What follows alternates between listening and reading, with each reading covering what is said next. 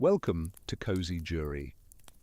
Tonight's story will test you. It's messy, it's complicated, and by the end, you will decide who's right and who's wrong. But before we begin, if you value what we're building here, hit like. Subscribe if you want more of this. But only if this is your kind of content. I'd rather earn it than beg for it. Drop a comment. Where are you right now and what time is it? I love knowing who's out there deliberating with us. Now get comfortable. You're not just listening. You're the jury. The fire's burning. The case is open. Let's begin. Magdalena Klapanko opened her eyes to fluorescent lights, white ceiling tiles, the steady beep of a machine she didn't recognize. Her mouth was dry, tongue thick against her teeth. She tried to move her arm and felt the tug of something plastic, a tube running into the back of her hand. The room smelled like antiseptic and something else, something stale and metallic. She blinked slowly, trying to make sense of where she was, why everything felt so heavy, so distant, like she was underwater and the world above was muffled and strange.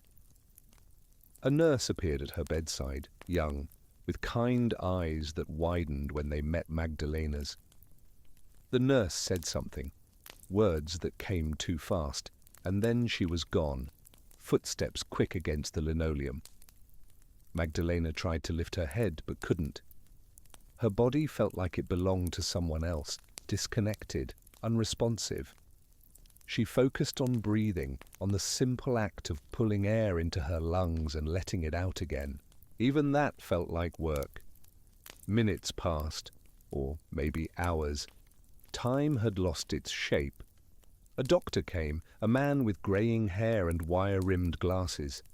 He spoke slowly, carefully, like he was explaining something to a child. He said she'd been in a coma, 6 months, a stroke. She was lucky to be alive, lucky. The words sat strangely in her mind. She didn't feel lucky. She felt hollow, scooped out, like everything that made her who she was had been carefully removed, and she was just a shell now, breathing and blinking, but not really there. She wanted to ask about her house, her small, modest home in the outskirts of the city, the place she'd scraped and saved to buy, where every corner held a memory, where Roberto's reading chair still sat by the window, where Matthias had taken his first steps across the worn living room floor. She wanted to ask if someone had been watering her plants, if the bills had been paid, if her things were still there, waiting for her. But her voice wouldn't come. Her throat felt raw, unused. The doctor said something about physical therapy, about recovery taking time, about being patient with herself. He smiled, a professional smile, and then he too was gone. The next time she opened her eyes, she must have drifted off again. The exhaustion was overwhelming. Matthias was standing at the foot of her bed. Her son, her only child. The boy she'd raised alone after Roberto died, the young man she'd put through university by cleaning houses and taking in laundry, by skipping meals so he could have new textbooks, by working 3 jobs and sleeping 4 hours a night. Matthias, who'd been her reason for everything, her motivation to keep going even when her back ached and her hands were raw and she was so tired she could barely stand. He looked different, older somehow, though it had only been, 6 months, the doctor had said. 6 months she'd been gone from the world. Matthias wore a nice shirt, buttoned down, crisp. His hair was cut short, professional. He looked like the accountant he'd become, like the successful man she'd always dreamed he would be. But there was something in his face, in the set of his jaw, in the way he wouldn't quite meet her eyes, something that made her stomach turn even before he spoke. He said her name. Mama. Just that, nothing more. No relief in his voice, no joy that she was awake, that she'd come back. Just her name, flat and careful. She tried to smile, tried to reach for him, but her arm barely moved. He didn't step closer.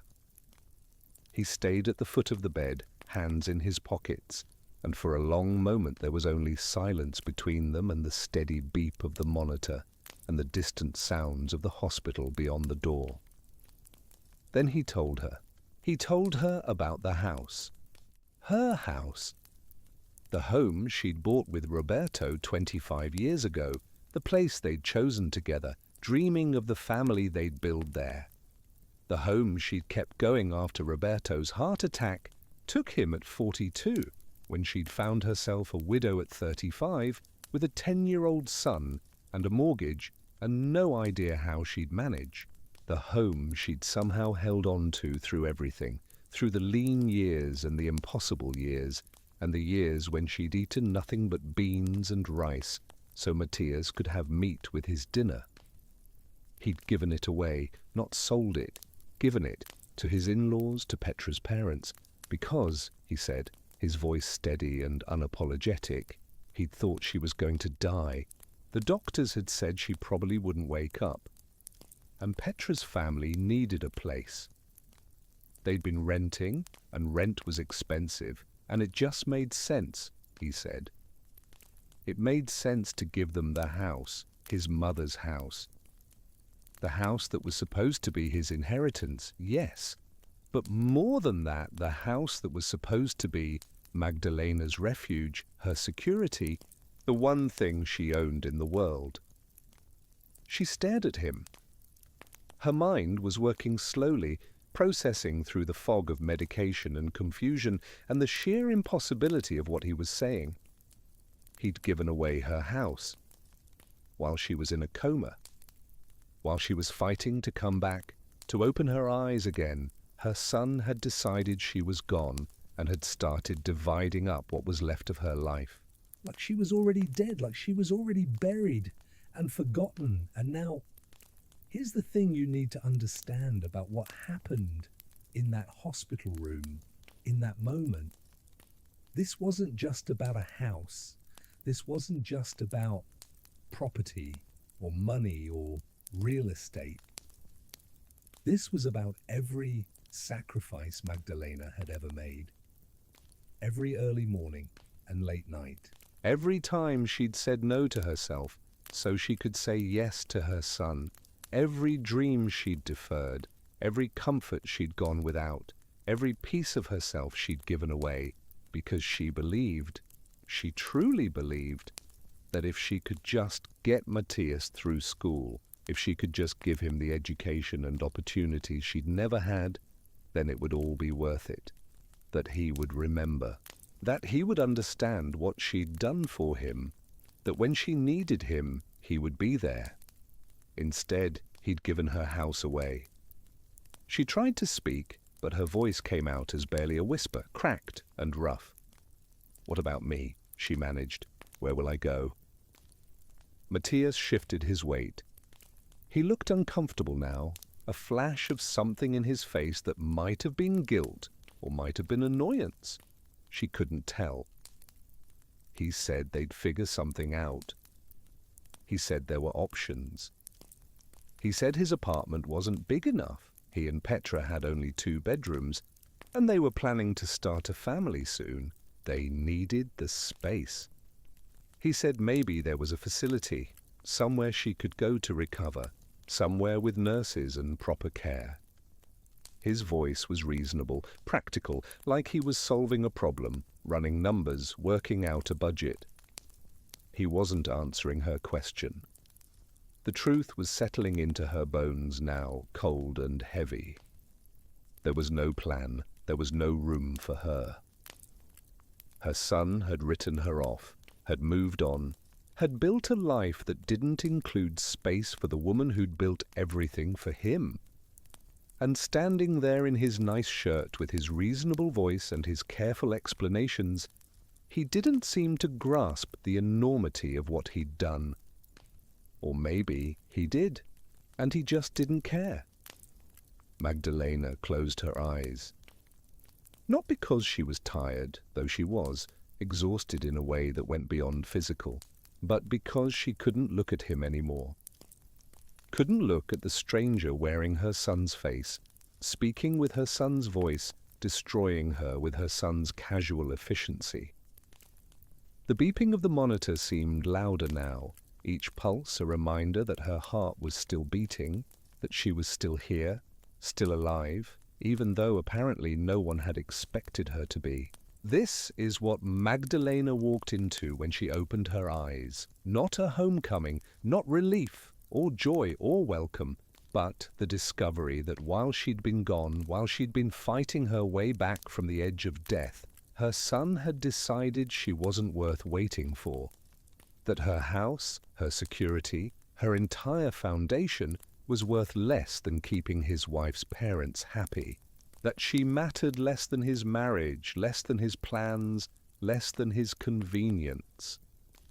Now you might think you know exactly what happened here, that this is a simple story of a selfish son and a wronged mother. But it's not that simple, because this receipt, this confession in a hospital room wasn't the end. It was the trigger for a war, a quiet war, maybe, fought not with shouting or lawyers, but with silence and absence and the slow, painful unraveling of everything Magdalena thought she knew about family and love and what it means to be someone's mother. To render a fair verdict, you can't just look at the crime. You have to understand the motive, and the motive started years ago, long before the stroke, long before the coma, long before Matthias ever met Petra. It started with a promise Magdalena made to a dying man and the cost of keeping that promise. What Magdalena didn't know yet was that this betrayal went deeper than just the house. Before this story ends, there will be legal documents she never signed. There will be bank accounts she didn't know had been emptied. There will be lies told to doctors and social workers and distant relatives. And there will be a choice that half of you will call justice and the other half will call surrender. Was Matthias right to do what he did? Was he protecting his marriage, his future, his own stability? Or was this the ultimate betrayal, the unforgivable breaking of an unspoken contract between mother and son? Hold that thought. Let's go back to the beginning, to the very first red flag that everyone missed, to a small house on the edge of the city and a widow who loved her son too much. Magdalena met Roberto at a church social when she was 19. She'd noticed him before, everyone had. He was 24, tall, with an easy smile and hands that were always busy, always fixing something, helping someone.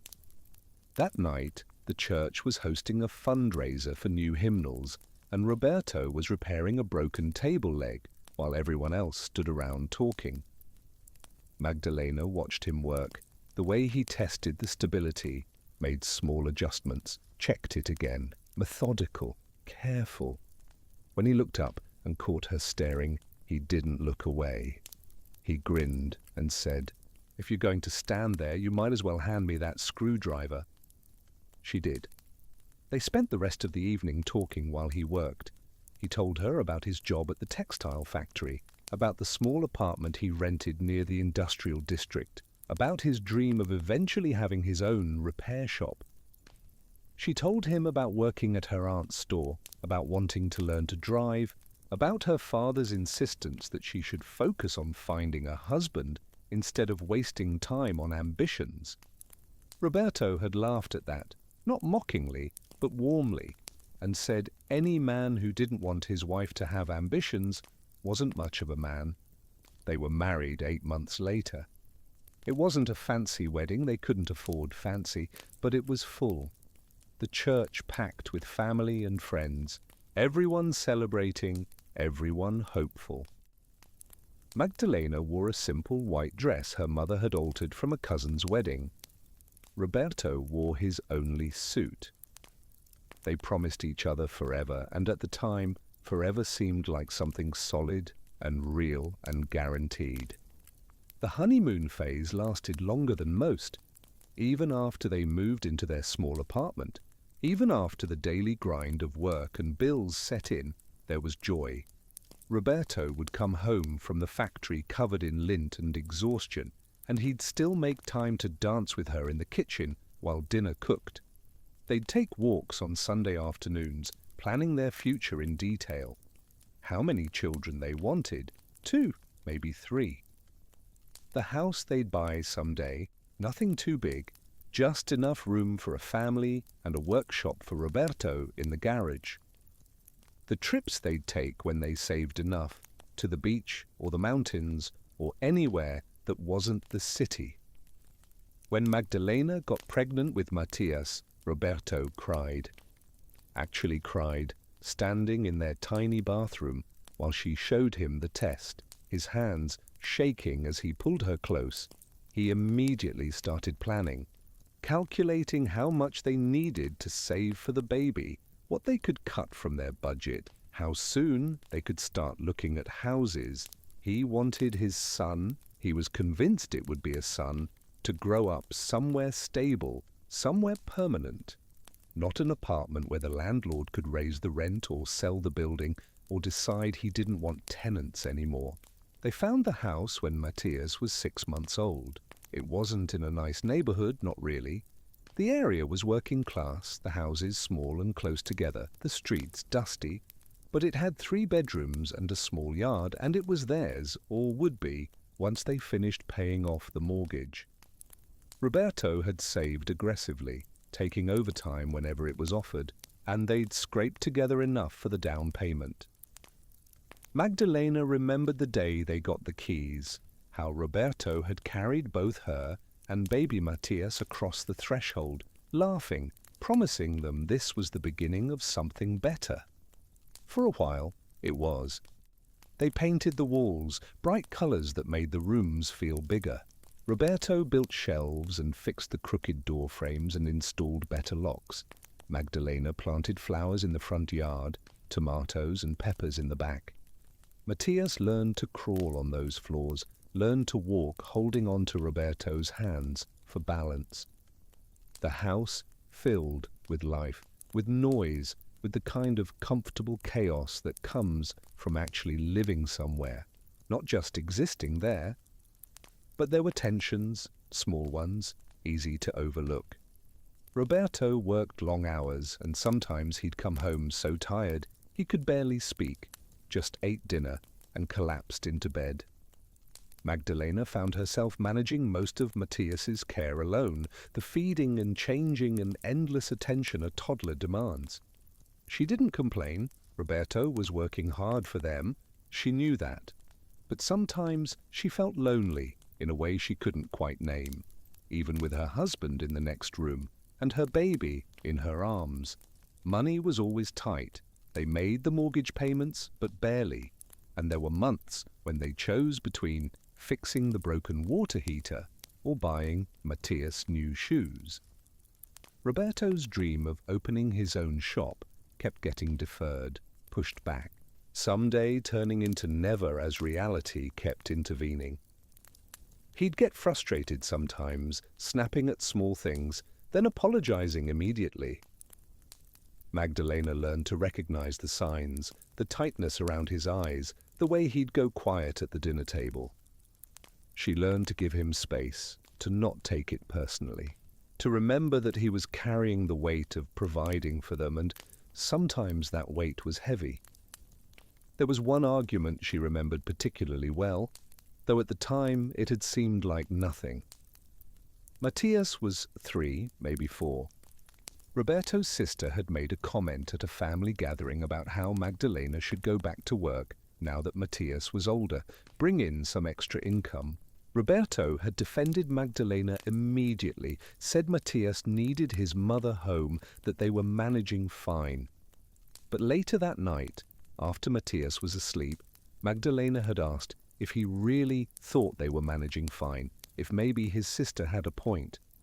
Roberto had gotten defensive, said he was doing his best, working himself to exhaustion, said if she wanted to work, fine, but then who would take care of their son? Who would make sure he was safe and fed, and not left with some stranger at a daycare? Magdalena had tried to explain she wasn't criticizing him, She was just thinking about options, but the conversation had spiraled.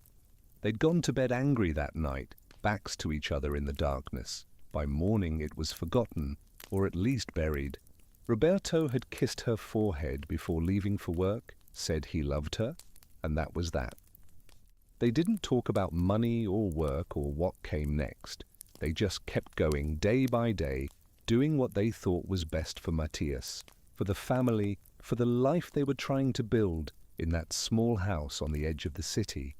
Looking back now, from a hospital bed with a son who'd given that house away, Magdalena could see things she'd missed then.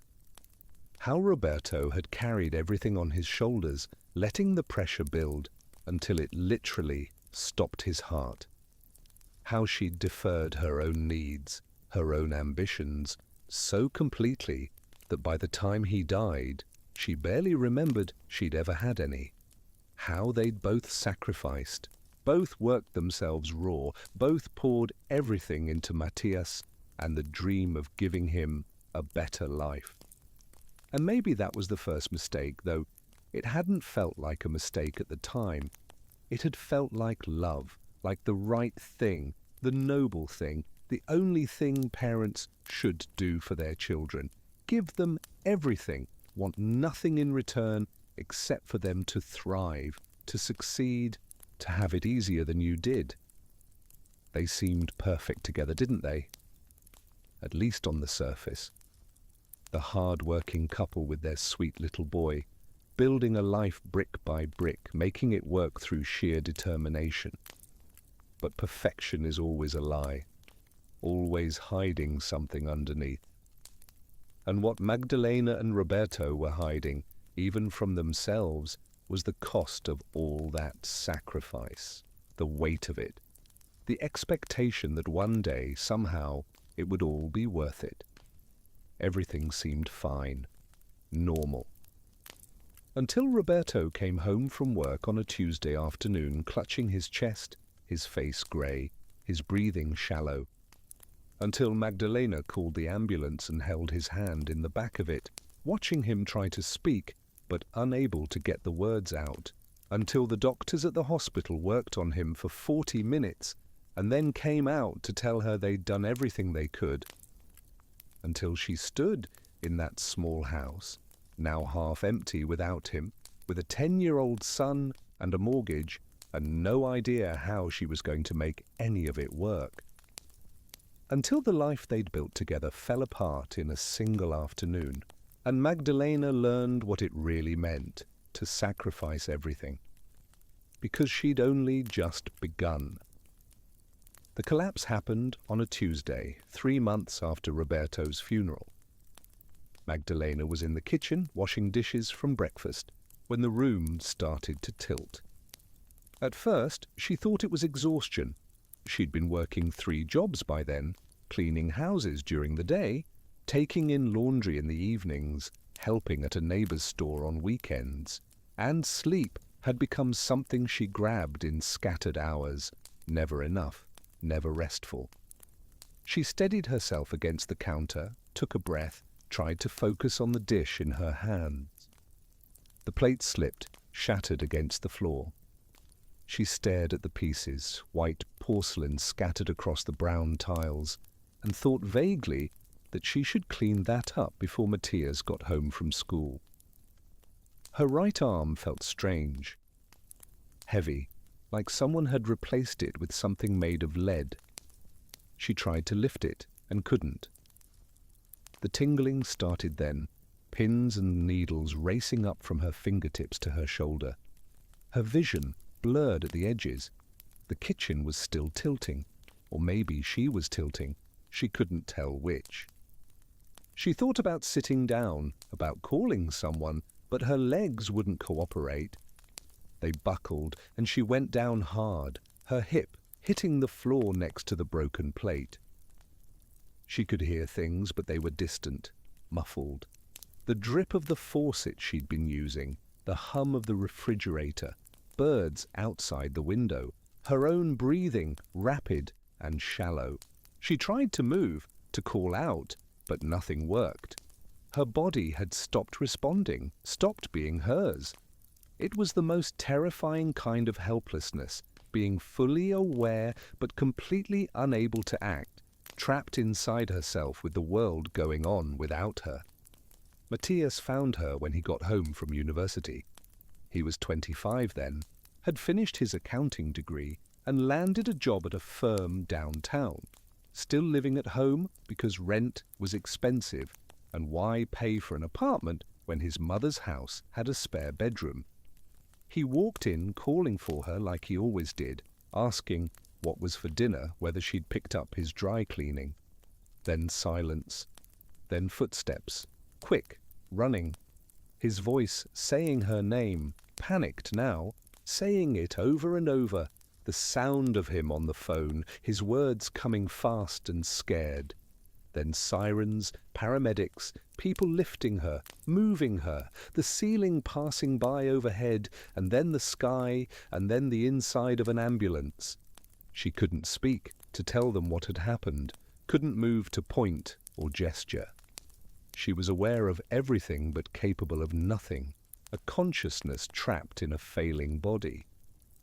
She heard the paramedic say, "Stroke," heard the urgency in his voice as he relayed information to the hospital. She felt the needle going into her arm, felt the ambulance take a corner too fast. She thought about Matthias, about how scared he must be, about how she needed to tell him she'd be okay, that she'd get through this, like she'd gotten through everything else. But the words wouldn't come, and then the world started to fade, sounds becoming distant, light becoming dim, and she thought this might be what dying felt like, this gradual dissolution, this slow letting go, except she didn't die. She woke up 6 months later to fluorescent lights and the steady beep of monitors and a son who'd given away her house. But in those 6 months, while Magdalena was gone from the world, fighting some internal battle, in the darkness of her coma, things were happening. Decisions were being made. Her life was being dismantled, piece by piece, by the person she'd trusted most in the world. Matthias had been overwhelmed at first, according to what the nurses told her later. He'd visited every day for the first week, sitting by her bed, talking to her even though she couldn't respond. He'd cried, they said. He'd held her hand and begged her to wake up. The doctors had explained that she'd had a massive stroke, that the damage was extensive, that her chances of meaningful recovery were slim. They'd used terms like persistent vegetative state and quality of life. They'd suggested he start thinking about long-term care facilities, about what she would have wanted if she couldn't make decisions for herself. By week 2, his visits became less frequent, every other day, then every few days. Work was demanding, he told the staff, and he had his fiancée to think about. He'd proposed to Petra just a month before Magdalena's stroke, and they'd been planning a wedding. Life kept going, even when someone you loved was suspended in liminal space, neither fully alive nor completely gone. Petra had opinions. She'd never particularly liked Magdalena, though she'd been polite enough to her face. But Petra came from a different world, a middle-class family with a nice house in a nice neighborhood, parents who'd both gone to university, a lifestyle where people didn't have to work 3 jobs to make ends meet. She found Magdalena's house depressing, the neighborhood unsafe, the whole situation with Matthias still living with his mother at 25, embarrassing. She'd been pushing him to move out, to establish independence, to start building their own life together. Now with Magdalena in a coma, Petra saw an opportunity. Not in a cruel way necessarily, or at least not in a way she'd ever admit was cruel, just practical. Matthias's mother wasn't going to wake up. The doctors had said so, and even if she did, she'd need round-the-clock care. She'd never live independently again. So the house was just sitting there, empty, a waste. Meanwhile, Petra's parents were struggling with high rent, getting older, needing stability. It made sense, Petra argued to Matthias, to let her parents have the house. It wasn't like his mother could use it anymore. Matthias resisted at first. It felt wrong, premature. His mother was still alive, still breathing, her heart still beating. How could he give away her house while she was lying in a hospital bed?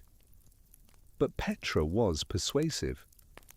She painted a picture of what their future could look like, the wedding they'd have, the apartment they'd rent together, the family they'd start. She reminded him that his mother would want him to be happy, would want him to move on with his life. And wasn't it better to have the house occupied, maintained, lived in, rather than sitting empty for months or years? By month 3, Matthias was having financial problems. The hospital bills were accumulating, even with insurance. His mother's house still had mortgage payments, utility bills, maintenance costs. He was trying to manage it all on his accountant's salary while also saving for a wedding and planning to move in with Petra. The stress was enormous. He wasn't sleeping well.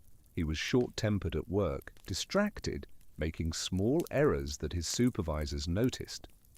Petra's parents offered to help, said they could take over the house payments if he signed it over to them, that it would solve all his problems at once.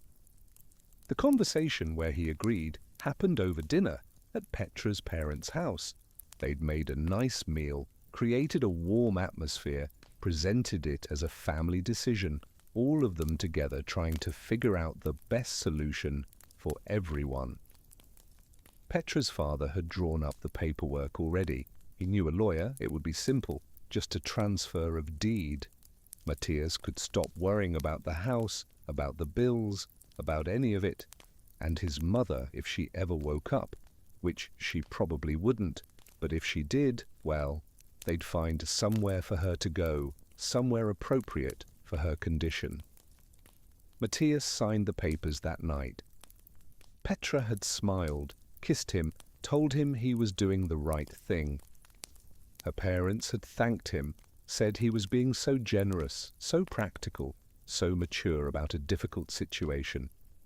Everyone acted like it was a gift he was giving, a sacrifice he was making, rather than what it actually was. The theft of everything his mother owned, everything she'd worked for, the last piece of security she had in the world. He didn't visit the hospital at all that week, or the next. By month 4, he was down to once every 2 weeks, staying for maybe 20 minutes, sitting in silence, because what was there to say? The doctors had stopped giving him updates unless he specifically asked. The nurses knew him by sight, but not really by name anymore. He'd become just another family member of just another long-term patient, someone going through the motions of caring while actually already gone. When Magdalena woke up, when her eyes opened and her brain clawed its way back to consciousness against all odds and medical predictions, Matthias had been called immediately. But he didn't rush to the hospital. He finished his workday first, had dinner with Petra, discussed how they should handle this, because now there was a complication. His mother was awake. His mother would have questions. His mother would expect to go home to a home that was no longer hers. So when Matthias finally arrived at the hospital and stood at the foot of his mother's bed, when he looked at her with that carefully neutral expression and told her what he'd done, he wasn't confessing. He was informing her of a decision already made, a situation already established, a reality she now had to accept. He'd had 6 months to get comfortable with his choice, to rationalize it, to build a narrative where he was the victim of circumstance rather than the architect of betrayal. But Magdalena had just woken up. For her, no time had passed at all. One moment she'd been washing dishes in her kitchen, the next she was in a hospital bed being told she had no kitchen to return to, no house, no home, no foundation. Her son had taken it all and given it away, and he was standing there acting like this was reasonable, like she should understand, like this was just how things had to be. The nurse who'd been in the room during that conversation said later that she'd never seen anything like it.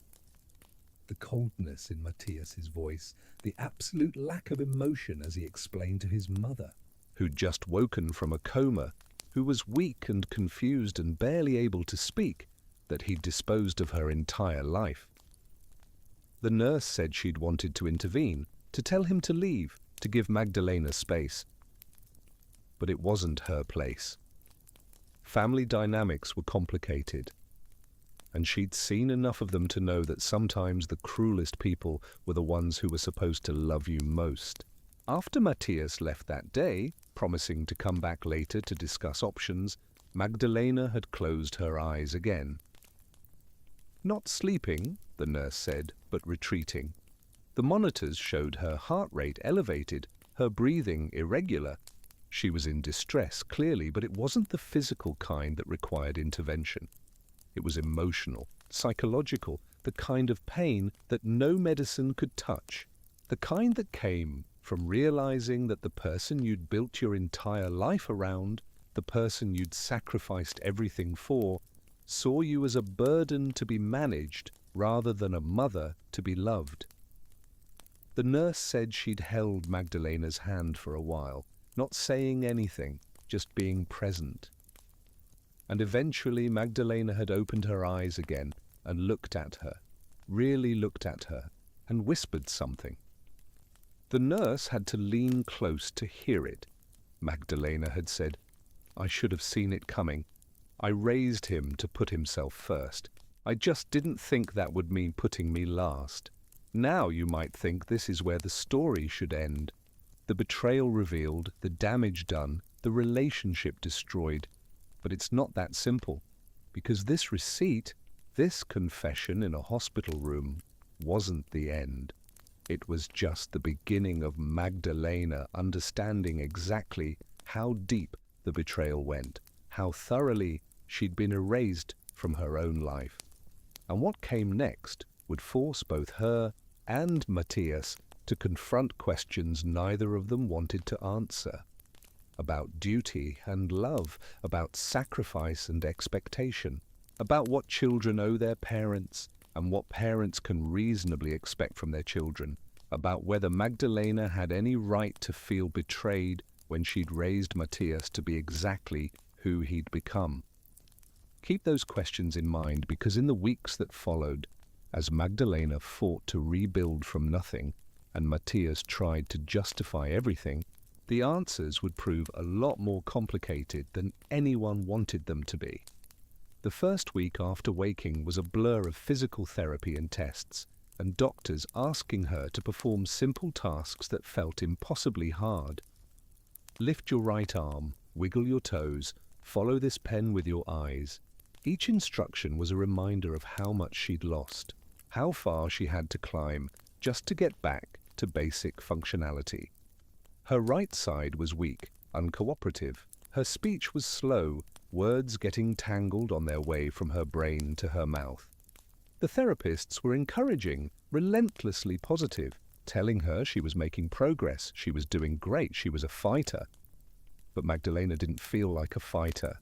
She felt like someone who'd been hollowed out, a shell going through motions because what else was there to do?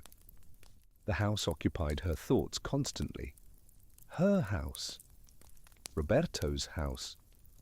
The place where she'd raised Matthias, where every room held memories of birthday parties and homework sessions and quiet Sunday mornings. The place she'd poured her life into, working herself to exhaustion to keep the mortgage paid, to keep the lights on, to keep it standing and solid and there. The place that was supposed to be waiting for her. She'd asked the nurse to call the house, to speak to whoever was there. The nurse had looked uncomfortable, but made the call. A woman's voice had answered, Petra's mother, cheerful and proprietorial. She'd expressed polite concern about Magdalena's recovery, said they were praying for her, said the house was being well taken care of. Then she'd mentioned, almost as an aside, that they'd already started redecorating. Fresh paint in the living room, new curtains. They were making it their own, making it home. Magdalena had asked the nurse to hang up. She couldn't listen anymore, couldn't bear to hear about her walls being painted over, her choices being erased, her home being made into someone else's. It was like listening to someone describe robbing a grave while insisting they were just tidying up. Matthias came to visit on day 6. He brought flowers, which felt like an insult, like he was visiting someone in the hospital for a normal reason, an accident or an illness, not someone whose entire life he'd dismantled. He sat in the chair by her bed, not too close, and asked how she was feeling. His voice was careful, measured, like he was following a script. "How's the therapy going? Are the doctors pleased with your progress? Is there anything you need?" She'd stared at him until he stopped talking. Then she'd asked, in her slow, halting post-stroke speech, when she could see the house, when she could go get her things, her clothes, her photos, Roberto's chair, the box of Matthias's baby pictures she kept in the closet. Her life, basically. When could she reclaim even a piece of what was hers? Matthias had shifted in his seat, looked at his hands. He'd explained, so reasonably, that the timing wasn't good. Petra's parents were settling in, getting comfortable. It would be awkward to have Magdalena show up wanting to go through things. And really, practically speaking, where would she even keep any of it? She didn't have anywhere to live yet. Storage units cost money. Wouldn't it make more sense to wait until she had a place, until she was more recovered, until the situation was more settled? She'd asked, what situation? Matthias had blinked, like he didn't understand the question. "The situation," he'd repeated. "Your recovery. Getting you into a facility. Finding long-term care. All of that takes time, Mama. We have to be patient. A facility. Long-term care." He was talking about putting her somewhere. Some institutional place with fluorescent lights and antiseptic smells and people who were paid minimum wage to pretend to care whether she lived or died. He was talking about making her disappear, making her someone else's problem, someone else's responsibility. She'd asked about staying with him, just temporarily, until she figured things out. His apartment, the one he was renting with Petra, just the spare bedroom. She wouldn't be any trouble. She just needed a place to recover, to regroup. She'd asked, in a voice that hated itself for asking, that knew the answer before the words were even out. Matthias had gotten that look, that pained expression people get when they're about to say no, but want credit for feeling bad about it. He'd explained about the apartment being small, about Petra's needs for private space, about them trying to start a family soon and needing the extra room for a nursery. He'd said it like these were facts of nature, immutable and beyond his control, rather than choices he was making. He'd said they'd look into options for her, places that specialized in stroke recovery, that had proper medical care on site. He made it sound like he was doing her a favor, protecting her from the inadequacy of his spare bedroom. Then he'd mentioned money. The hospital bills were substantial, he'd said. Insurance covered some, but not all. And the house, well, transferring it, had actually helped with some of the financial burden, but there were still expenses. He hoped she understood that he was doing his best. But resources were limited, and they had to be realistic about what was possible. Magdalena had closed her eyes. She couldn't look at him anymore, couldn't bear to see Roberto's eyes and her own nose and the face she'd known since he was born, all arranged into this stranger's expression of calculated regret. She'd heard him continue talking, something about a social worker who could help navigate the system, about Medicaid applications, about government assistance programs. He was solving her like she was a problem in one of his spreadsheets, finding the most efficient solution, the one that cost him the least in time and money and emotional labor. Finally, she'd cut him off, just told him to leave. Her voice was firm despite the stroke's impact, clearer than it had been all week. He'd hesitated, then stood, then mentioned he wasn't sure when he'd be back. Things were busy at work. The wedding was coming up. He'd touched her shoulder briefly, a gesture so perfunctory it felt like mockery. Then he was gone, taking his flowers and his excuses and his careful explanations with him. The nurse had come in a few minutes later and found Magdalena crying. Not sobbing, just tears streaming down her face in silence, her body too tired to even properly express grief. The nurse had asked if she was in pain, if she needed something for it. Magdalena had shaken her head. What could they give her for this? What medication existed for the pain of realizing that your only child, the person you'd structured your entire existence around, couldn't be bothered to make room for you in his life now that you were inconvenient? Over the following days, Magdalena started to understand the full scope of what had happened. A social worker came to discuss her options, and the picture that emerged was bleak. Magdalena had no income anymore. She'd been working under the table for most of her jobs, no official employment, no disability insurance, no safety net. The house was gone, signed over to Petra's parents, with nothing in writing about it being temporary or conditional. Matthias had legally done nothing wrong, the social worker explained. As her next of kin while she was incapacitated, he'd had the right to make decisions about her property. Whether those decisions were ethical was a different question, but legally the house was no longer hers. She had options, the social worker said. Medicaid could cover a nursing facility. There were programs for low-income seniors, assisted living situations with government subsidies. She'd be taken care of, medically speaking. She wouldn't be on the street. But the places the social worker described were the kinds of places people went to wait to die, not to live. Shared rooms with strangers. Strict schedules. No privacy, no autonomy, no dignity.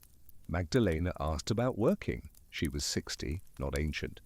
Once she recovered more, once the therapy got her strength back, couldn't she work again? Support herself. The social worker had been gentle but realistic. The stroke had caused permanent damage. She'd likely always have some weakness on her right side, some speech difficulties, some cognitive impacts. Physical labor, the kind of cleaning and laundry work she'd done before, probably wasn't possible anymore. And who would hire a 60-year-old stroke survivor for any other kind of work? She had no savings. What little she'd managed to put away over the years had gone to Matthias's education, to the mortgage, to staying afloat after Roberto died. She had no assets except her personal belongings, which were currently in a house owned by people who'd made it clear she wasn't welcome there. She had no family except a son who was actively avoiding her. She had no friends close enough to take her in. She'd worked too much, been too busy surviving to build those kinds of relationships. She had nothing. At 60 years old, after a lifetime of work and sacrifice and doing everything right, doing everything she was supposed to do, she had absolutely nothing to show for it except a broken body and a son who couldn't meet her eyes. The weight of it was crushing. Some nights, lying in that hospital bed, staring at the ceiling while machines beeped around her, Magdalena would think about just giving up. About telling the doctors to stop the therapy, stop fighting, just let her drift away. It would be easier. It would certainly be less painful than facing the reality of trying to rebuild a life from absolute zero with no resources and no support. But every time that thought came, something else came with it. A memory of Roberto right after Matthias was born, looking at her with so much love and saying, "We made something beautiful, we made something that matters." A memory of 10-year-old Matthias after Roberto's funeral, crawling into bed next to her and whispering that he'd take care of her when he grew up, that she didn't have to worry. A memory of signing the papers for the house, Roberto squeezing her hand, both of them giddy with the impossible achievement of it, of actually owning something, of building something that would last. She'd survived Roberto's death. She'd survived a decade of working 3 jobs. She'd survived raising a son alone in a city that didn't care whether she lived or died. She'd survived a massive stroke that should have killed her. And she'd be damned if she was going to let Matthias's betrayal be the thing that finally broke her. So she kept doing the therapy, kept pushing through the pain, kept forcing her body to relearn basic tasks, kept fighting even though she didn't yet know what she was fighting for. The physical therapist noticed the shift in her, the determination that replaced the defeated fog she'd been operating in. He told her she was making remarkable progress, that if she kept this up, she might regain more function than they'd initially hoped, and Magdalena started planning. Not a grand plan, not some dramatic revenge, just small, practical steps. She needed to see the house, needed to document what was there, what was hers. She needed to understand her legal standing, whether there was any way to challenge what Matthias had done. She needed to find out what resources existed for people in her situation, what assistance she could access, what options she had beyond dying in a government-funded nursing home. She talked to every social worker who came through, asked questions, took notes in shaky handwriting, started building a picture of what was possible, however limited that possibility might be. She wasn't going to wait for Matthias to figure things out for her. She wasn't going to be passive in her own life anymore. She'd spent 60 years putting other people first, and where had that gotten her? Betrayed and abandoned and left with nothing. It was time to put herself first, not because she wanted to, but because nobody else was going to. Now here's where opinions split. Some of you are probably thinking Magdalena has every right to be furious, that Matthias is unequivocally wrong, that this is a clear case of elder abuse. Others might be thinking that Matthias was in an impossible situation, that he made practical decisions under pressure, that Magdalena's expectations are unrealistic. Keep both of those thoughts in your mind, because what happened next made everything more complicated, because just when it seemed like Magdalena was starting to find her footing, starting to build some plan forward, she discovered something that changed the entire calculus of who'd wronged whom and how badly. It started with a phone call. 3 weeks after waking up, Magdalena's physical therapist had her walking with a walker, slowly but steadily. She was using the hospital phone at the nurses' station, had been making calls to various agencies, trying to navigate the bureaucracy of assistance programs. She'd dialed the number for the county assistance office and was waiting on hold when a young woman approached, someone she didn't recognize. The woman introduced herself as Carla, said she'd been Magdalena's neighbor for the past 2 years, said she'd heard what happened, how Matthias had given the house away, and she wanted Magdalena to know that wasn't the only thing he'd done. Would Magdalena be willing to talk? There were things she should know. They found a quiet corner of the hospital cafeteria. Carla ordered them both coffee, even though Magdalena said she didn't need any. Then Carla started talking, and what she said made Magdalena's already fractured world crack even further. Carla said Matthias had been renting out rooms in Magdalena's house for the last 8 months before the stroke. Not officially, nothing in writing, but he'd had people staying there, paying him cash every month. It had started maybe 6 months after Roberto died, when Magdalena was working constantly and barely ever home. Matthias had moved back in, ostensibly to help his mother, to be there for her. But really, Carla said, he'd seen an opportunity. The house had 3 bedrooms. Magdalena used one, Matthias claimed another. That 3rd bedroom and the converted garage space could bring in income. He'd found renters through friends, people who needed cheap places to stay and didn't ask questions. He'd charged them below market rate, but still, it added up. 200 or 300 a month per person, depending.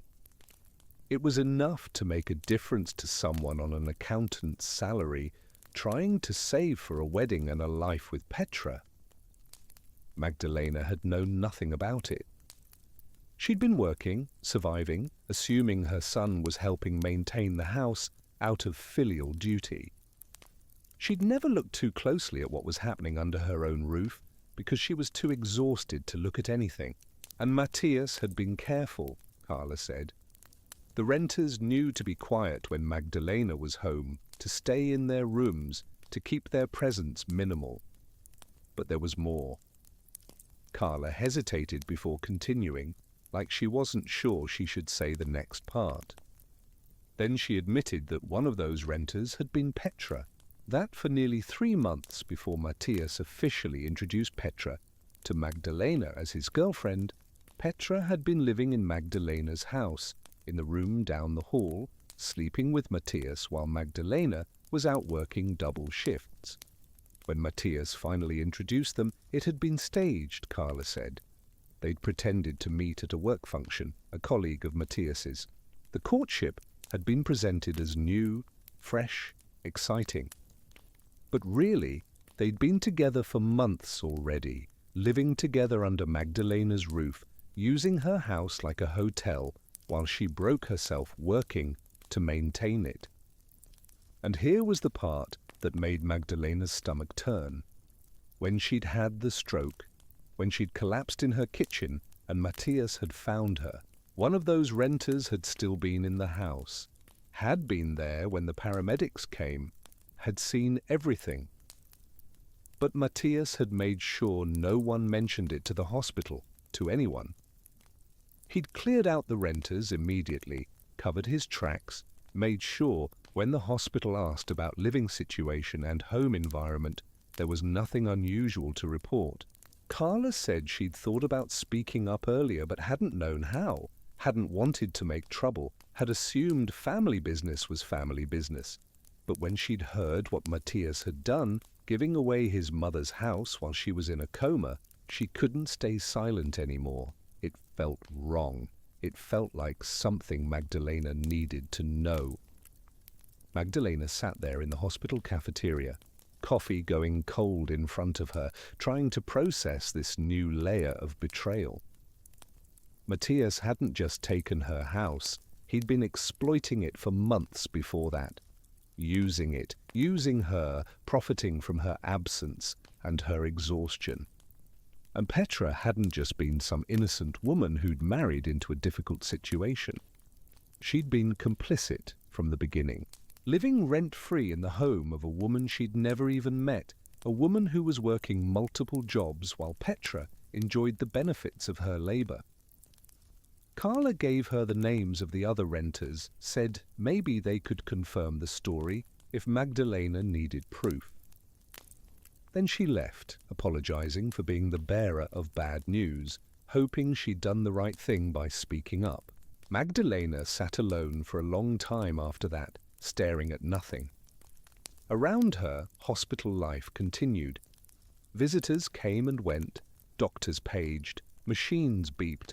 The world kept moving while hers stood completely still. She'd thought she understood the betrayal, thought it was straightforward. Son gives away mother's house because he believes she'll die. Cruel, yes, but understandable in a terrible way. A decision made under stress and bad advice, however wrong it was. But this was different. This was calculated. This was months of exploitation, of using her while she was too tired to notice, of profiting from her while she struggled to survive. This was bringing a stranger into her home without permission, letting that stranger mock her poverty while living off her resources. This was erasing evidence, covering tracks, lying to hospitals and social workers and anyone who might ask questions. This wasn't a moment of weakness. This was a pattern of behavior, a systematic extraction of value from someone too overwhelmed to protect herself. And now Magdalena had to decide what to do with this information. Did it change anything? Did knowing Matthias had been betraying her for months before the stroke make the giving away of the house worse? Or was it all the same crime, just with more evidence? Did understanding the depth of his willingness to exploit her make any practical difference to her situation now? She didn't know. What she did know was that the son she'd raised, the boy she'd sacrificed everything for, was someone she didn't recognize. Hadn't recognized for a long time, maybe. And the question she now had to face was whether that was his failing or hers. Had she raised him to be selfish? Had her constant sacrifice taught him that he was worth more than other people, that his needs mattered more than anyone else's, including hers? Had she failed to instill basic decency and gratitude? Or had he always been this way, and she'd just been too blinded by mother's love to see it? The nurse found her still sitting there an hour later, asked if she was okay, if she needed help getting back to her room. Magdalena nodded, accepted the help, let herself be guided through the hospital corridors back to bed. But nothing was okay, and she was starting to wonder if anything ever would be again. That night, lying in the dark with machines beeping their steady rhythm, Magdalena made a decision. She was going to survive this. Not just physically, though that was part of it, but emotionally, psychologically. She was going to rebuild, and she was going to do it without waiting for Matthias to help, without expecting anything from him, without giving him any more power over her life than he'd already taken. She didn't know yet what that would look like, didn't know where she'd live, or how she'd support herself, or what came next, but she knew she'd figure it out, because she'd been figuring things out her whole life, navigating impossible situations, making something from nothing. This was just one more impossible situation, one more mountain to climb. And she'd climbed mountains before. The question now wasn't whether she could survive. It was what survival would cost her, and whether she'd be willing to pay that price. Whether she could let go of the past, the house, the sacrifice, the son she'd thought she had, and build something new. Whether she could forgive, not because Matthias deserved it, but because carrying hatred was exhausting and she didn't have energy to spare.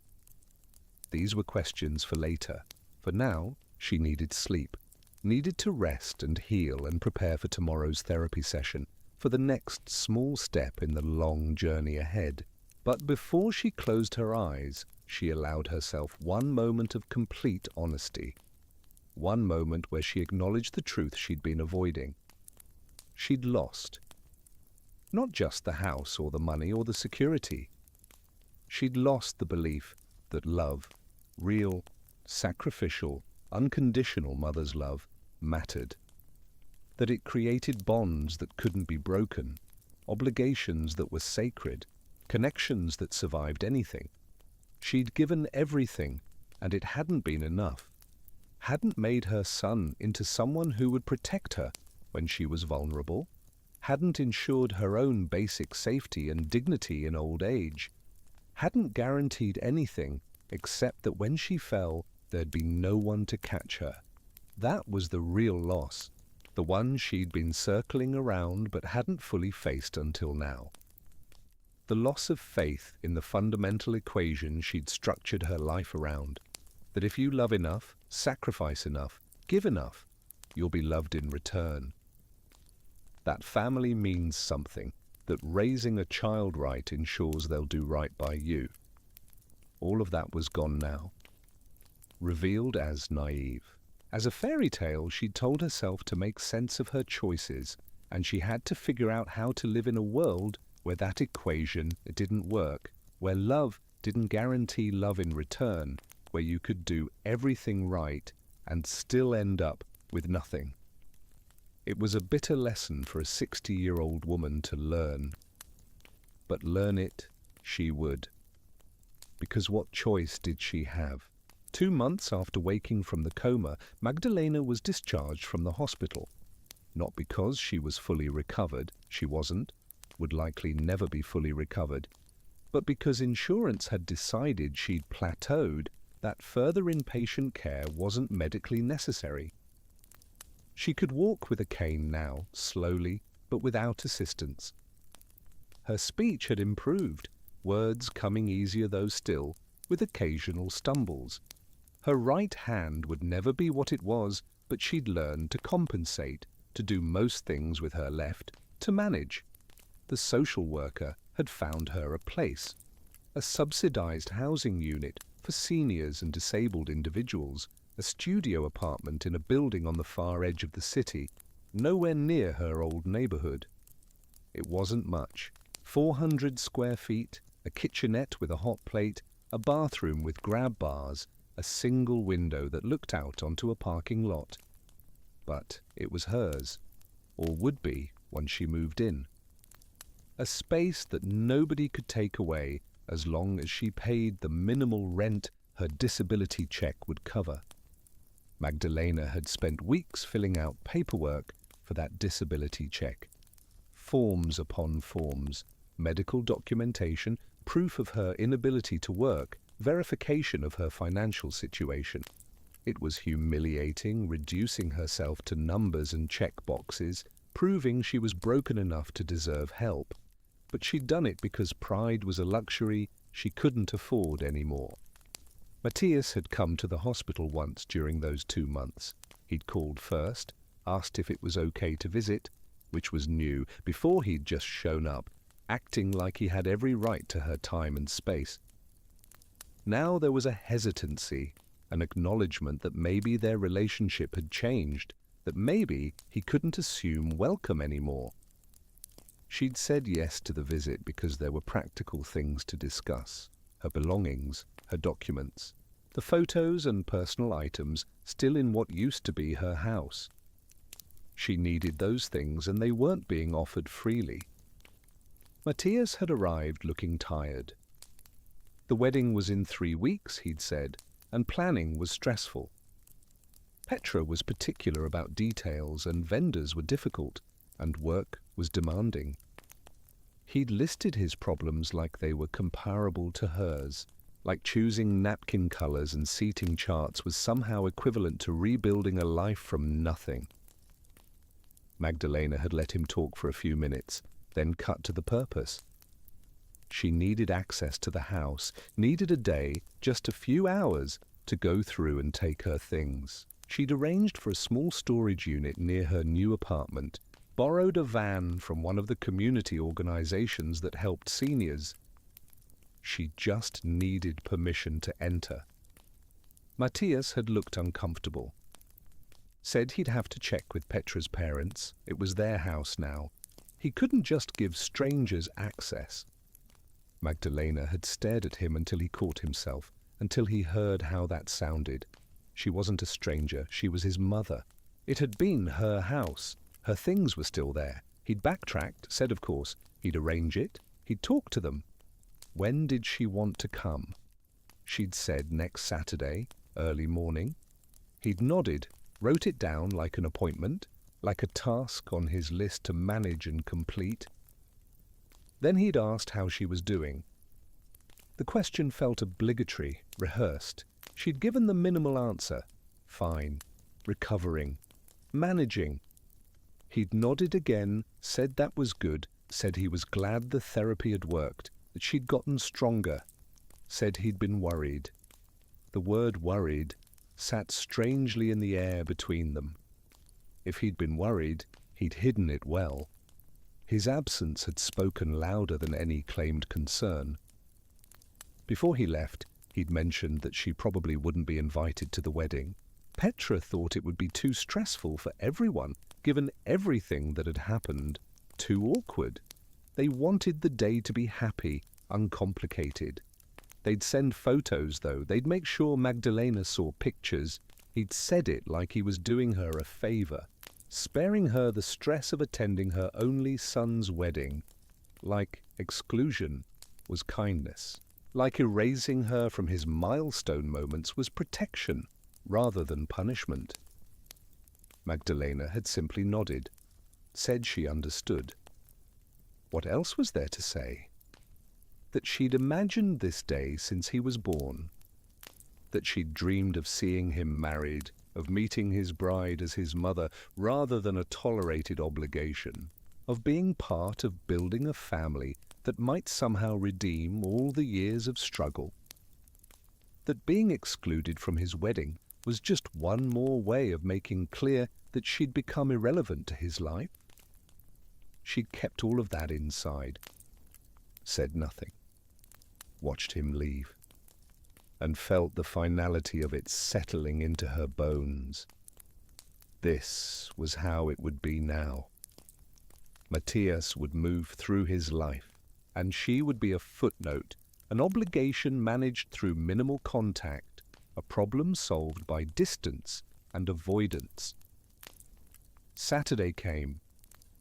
Matthias met her at the house, had the door unlocked but didn't invite her in, just gestured for her to enter. Petra's parents weren't home. They'd made sure to be gone, not wanting the awkwardness of facing her. The house looked different. New paint, like Petra's mother had mentioned. Different furniture in the living room. Magdalena's old couch was gone, replaced by something modern and uncomfortable looking. The photos that had lined the hallway, Roberto, Matthias as a child, her own parents, were gone. In their place were pictures of Petra's family, their vacations, their achievements. It was like she'd never lived there, like 30 years of her life had been painted over, rearranged, erased. She'd brought boxes, started in her old bedroom, now a guest room, with different curtains and a different bed. Her clothes were still in the closet, at least, pushed to one side. She packed them methodically, trying not to think about how each item held a memory. The dress she'd worn to Matthias's graduation, the sweater Roberto had given her for their last Christmas together, the shoes she'd worn working cleaning jobs, comfortable and practical, and worn down at the heels. Her photos were in a box in the closet. At least they hadn't thrown those away.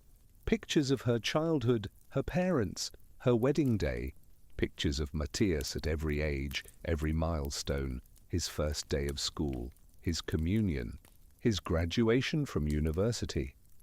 She packed them all carefully, knowing she'd probably never look at them without pain, but unable to leave them behind. Roberto's chair was still there, in what had been their room. They'd moved it to a corner, probably didn't know what it was or why it mattered. It was old, worn, the fabric faded from years of him sitting there reading the paper every evening. She ran her hand over it, felt tears coming and forced them back. She couldn't take it. No room in the studio apartment, no way to move it even if there was space. She'd have to leave it. Leave him behind again, this final piece of the life they'd built together. Matthias appeared in the doorway. Told her she needed to hurry up. They had plans for the afternoon. She ignored him, kept packing, found Roberto's old watch in a drawer, the one that hadn't worked in years but she'd kept anyway. Slipped it into her pocket. Found a box of Matthias's baby things, his first shoes, a blanket he'd loved, his hospital bracelet. She started to pack those too, then stopped. Did she want these? Did she want reminders of the child who'd become this man, standing in the doorway, rushing her through salvaging pieces of her life? She left the box. Took only what was purely hers or Roberto's. Let Matthias's childhood stay behind. Let Petra's parents deal with it or throw it away. She didn't care anymore. By noon she was done. 5 boxes and 3 bags, her entire life reduced to what fit in the back of a borrowed van. Matthias walked her out, helped load the boxes with perfunctory efficiency, told her to take care of herself, said he'd be in touch. The words were automatic, meaningless. They both knew he wouldn't be in touch unless he absolutely had to, unless some situation required him to acknowledge her existence. She drove away without looking back. The house disappeared in the rearview mirror, and with it, the last physical connection to the life she'd built. The life that had apparently mattered to no one but her. The studio apartment was waiting. Bare walls, empty spaces, a blank slate. She moved her boxes in, started unpacking. Hung a few photos on the walls, carefully chosen ones that brought more comfort than pain. Set Roberto's watch on the small table by her bed. Arranged her clothes in the tiny closet, her dishes in the kitchenette cabinets. Made the space as much like home as 400 square feet could ever be. It took a day to finish. When everything was in its place, she stood in the center of the room and looked around. This was it. This was her life now. 60 years old, living alone in a studio apartment on disability, with no family that cared and no prospects for anything better. It should have felt like defeat, like the end of everything. But standing there, surrounded by the pieces she'd managed to save, Magdalena felt something unexpected. Relief. This space was small, but it was hers, and no one could take it away. She had no obligations to anyone, no one to sacrifice for, no one to disappoint. For the first time in her adult life, she was living for herself because there was no one else to live for. Was that freedom? Or was it just loneliness dressed up with a prettier name? She didn't know. Maybe it was both. Maybe that's what starting over at 60 meant. Accepting that everything you'd believed about your life was wrong and finding a way to be okay with that. The weeks passed. Magdalena developed routines, physical therapy twice a week at a community clinic, grocery shopping on Tuesdays when the senior discount applied, coffee in the morning by her small window, watching the parking lot wake up, cars coming and going, people heading to lives and jobs and purposes. She'd signed up for a support group for stroke survivors, met other people rebuilding after brain injuries, shared stories and strategies, and dark humor about the ways their bodies had betrayed them. She was managing, not thriving, not happy exactly, but surviving in a sustainable way. The disability check covered rent and basic expenses. Food stamps helped with groceries. She'd learned to cook simple meals one-handed, to do laundry in the building's basement machines, to navigate her neighborhood with her cane. The world had gotten smaller, her life compressed into a few blocks radius, but within that radius she was competent, capable, independent in ways she'd thought the stroke had taken from her forever. She didn't hear from Matthias. The wedding came and went, she knew, because she'd circled it on her calendar, a date that had once meant something and now just marked another day of her son choosing a life that didn't include her. No photos were sent, despite his promise, no call to say it went well or to thank her for anything or to acknowledge her existence in any way. She told herself she didn't care, told herself she'd moved on, that his absence was a gift, that she was better off without the constant reminder of his betrayal.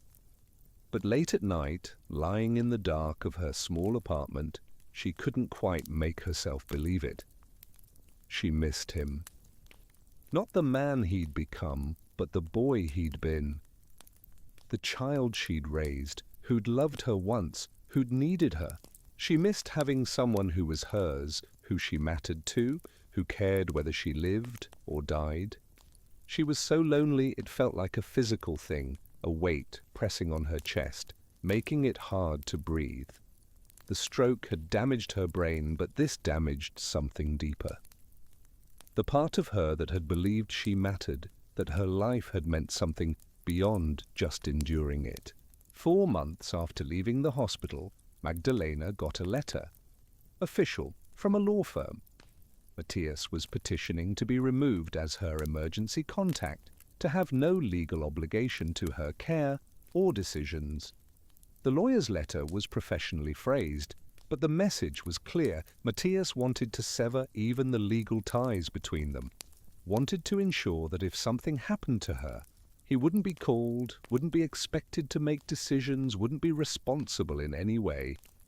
She sat with the letter for a long time. Part of her wanted to contest it, to force him to maintain that minimal legal connection out of spite, if nothing else. But the larger part knew that was pointless. You couldn't force someone to care, couldn't make someone be family when they decided not to be. She signed the paperwork agreeing to it, went to the notary, paid the fee, mailed it back. Let him go officially, legally, finally. Let him have exactly what he wanted, a life where she didn't exist. And then somehow she kept going. Got up each morning, did her exercises, made her coffee, went to her support group, talked to her neighbors, volunteered at a local food bank, sorting donations with her working hand, feeling useful in small ways. Built a life that was nothing like what she'd planned, but was nevertheless a life. She learned things about herself in those months, learned that she was stronger than she'd thought, that survival wasn't just physical, but a choice you made every day. Learned that she could be okay alone, that she didn't need Matthias's love or approval to have value. Learned that sacrifice didn't entitle you to anything, that giving everything didn't create obligations, that love, real love, was never transactional in the first place. She also learned that she couldn't forgive him. Not yet, maybe not ever. Understanding his perspective didn't mean excusing his actions.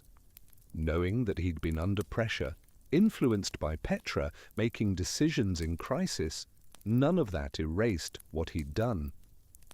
The exploitation, the lies, the abandonment, the coldness with which he'd erased her from his life when she stopped being useful. Some things couldn't be forgiven. Or if they could, she wasn't there yet. Maybe would never be. And she was starting to think that was okay, that you didn't have to forgive someone to heal from what they'd done to you, that moving forward didn't require letting them off the hook or pretending the damage wasn't real. 6 months after waking from the coma, Magdalena received a phone call, Matthias's number. She almost didn't answer, stood there looking at the phone ringing, debating whether to engage. Finally, curiosity won. She answered. Petra was pregnant. That's what Matthias called to say. 12 weeks along, everything looked good. They were happy, excited. He thought she should know, thought she'd want to know she was going to be a grandmother. Magdalena felt nothing, or not nothing. She felt a distant kind of sadness for the child who would have Matthias as a father, Petra as a mother, who would grow up in a home where love was conditional and family was disposable. But she felt nothing for Matthias, no joy at his news, no instinct to congratulate or share his excitement. She asked if he'd told her, so she'd offer to help, so she'd volunteer to babysit or provide support or give money she didn't have. He'd paused, then admitted that Petra's mother would be handling childcare. They had it covered. He'd just thought she should know. Magdalena had said congratulations. Meant it as little as it sounded. Then she'd ended the call, set the phone down, and gone back to her coffee. Later, she'd feel the layers of that conversation, the implications of Matthias building a family while excluding her from it, becoming someone's father while abandoning his mother. But in the moment, she just felt tired. Tired of being hurt by him, tired of caring what he did or didn't do. Now, almost a year after the stroke, Magdalena sits in her small apartment. She's 61 now, stronger than she was, more independent. She's learned to paint with her left hand, started taking a class at the community center. She's made friends, not deep ones, but people who check on her, who share meals sometimes, who remember her birthday. She's built a life from nothing, from less than nothing, and while it's not the life she wanted or planned for, it's hers. Matthias exists somewhere in the city, living his life with Petra and preparing for their child. They're in the house that used to be hers, raising a family in the space where she raised him, making new memories in rooms that hold her old ones. And she's here, in 400 square feet that nobody would choose, but that's stable and safe and enough. The social workers say she's doing remarkably well. Other stroke survivors her age often give up, let the system warehouse them, stop fighting. But Magdalena kept fighting, kept rebuilding, kept insisting on agency in her own life, even when the system made it almost impossible. They use her as an example sometimes, telling other patients about her recovery, her independence, her resilience. What they don't see is the cost. The nights she can't sleep, replaying every decision, every sacrifice, wondering where she went wrong. The mornings she wakes up and forgets for just a moment where she is and why, before reality crashes back. The constant low-level grief for the life she lost, the son she lost, the future she'd believed in. She's surviving, that's the truth of it. Not thriving, not flourishing, not living some inspirational story of triumph over adversity, just surviving day by day, making it through because what else is there to do? She's thought about reaching out to Matthias, thought about calling him, asking to talk, trying one more time to make him understand what he did to her. Thought about writing him a letter laying out every betrayal, every hurt, demanding acknowledgement if not apology. Thought about showing up at the house, at his work, at the hospital when the baby comes, forcing herself into his life whether he wants her there or not. But she hasn't done any of it. Because what would be the point? You can't make someone see their own cruelty if they've decided not to see it. Can't force empathy from someone who's chosen selfishness. Can't build a relationship with someone who's walked away, so she's let him go. Let him have his life without her in it. Let the anger and hurt exist without needing to act on it. Let herself grieve what she lost without trying to get it back. Is that strength? Or surrender, wisdom, or defeat? She doesn't know. Maybe it's all of those things at once. Maybe that's what healing looks like when you're broken in ways that don't fully mend. You just learn to live with the cracks, to function around them, to build something new, even though it'll never be quite as solid as what you had before. So that's the complete story. Every detail, every complication, every moment of betrayal, and every moment of resilience. From the hospital room where Magdalena woke up to discover she'd been erased from her own life, to the small apartment where she's slowly building a new one. Magdalena sacrificed everything for her son, worked herself to exhaustion, gave him every opportunity, loved him unconditionally. And when she needed him, when she was at her most vulnerable, he exploited her and then abandoned her. He gave away her home, erased her from his life, and started a new family as if she'd never existed. But here's the question, the one that matters. Was Matthias wrong? Completely, unforgivably wrong? Or was he a flawed person in a difficult situation, making imperfect decisions? Did Magdalena's sacrifices obligate him to care for her forever? Did her love entitle her to his? Or does everyone have the right to build their own life, even if that means leaving their parents behind? Now it's your turn to decide. Before you cast your verdict, let's break down the psychology behind what we just witnessed, because there's more going on here than just a story about a house and a betrayal.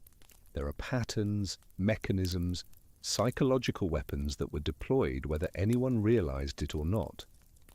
Let's expose the machinery underneath the drama. You've heard the story. You feel the anger, the sadness, maybe the confusion. But do you know exactly what happened to your brain just now?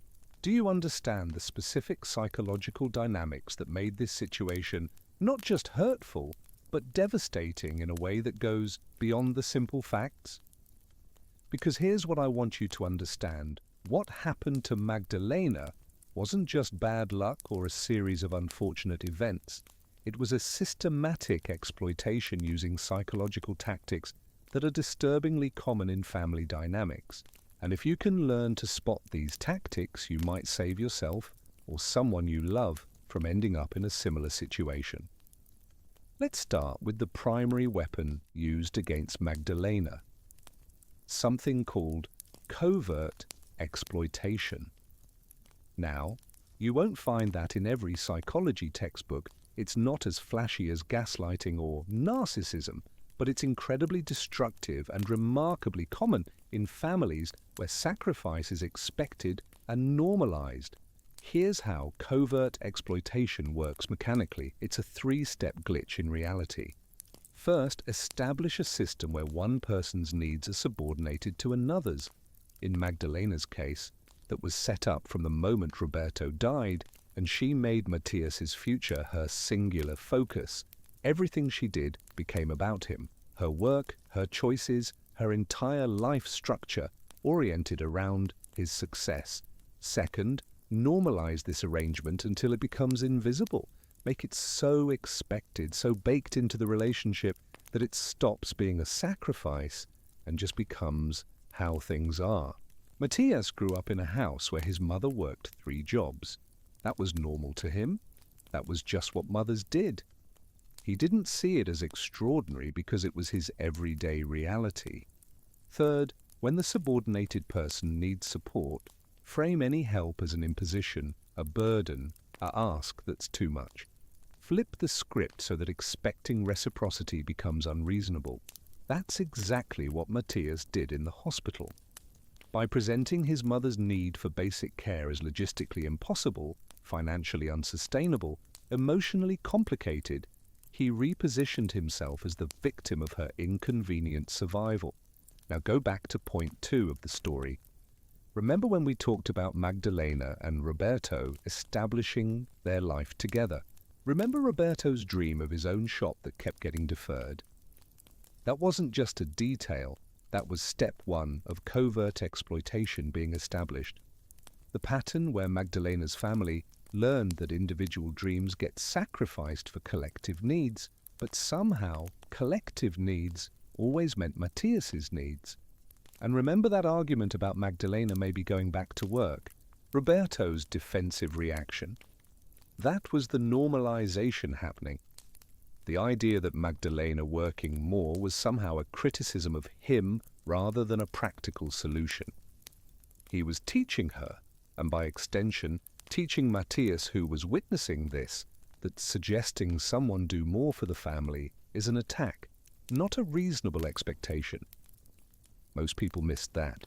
They saw it as a normal marital disagreement, but it was step 1 of a decades-long pattern that would eventually leave Magdalena homeless. Because Matthias learned something crucial from watching his parents, that sacrifice flows one direction, that the person doing the sacrificing isn't supposed to complain or expect anything back, and that suggesting otherwise is inappropriate. Here's why this matters more than just understanding Magdalena's specific situation. Covert exploitation is everywhere. It's the adult child who moves back home and slowly stops contributing while parents exhaust themselves maintaining the household. It's the sibling who never helps with aging parents because they've always been the one who needed help. It's the partner who takes and takes while framing their taker as the unreasonable one for noticing. The reason it works so well is that it exploits our best instincts, love, generosity, the desire to help family. It takes those beautiful impulses and weaponizes them, turning them into obligations without reciprocity, into relationships where one person slowly gets drained while the other flourishes. And here's the truly insidious part. The person being exploited often can't see it happening.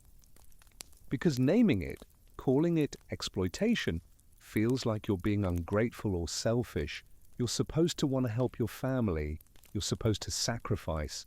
Asking for recognition or reciprocity feels wrong, feels like you're keeping score, feels like you're turning love into a transaction. But that's the trap, because the exploiter is keeping score. They're just not sharing the results. They're calculating exactly how much they can take while maintaining plausible deniability about the taking. Now let's talk about the second concept you need to understand. What Magdalena experienced after waking up.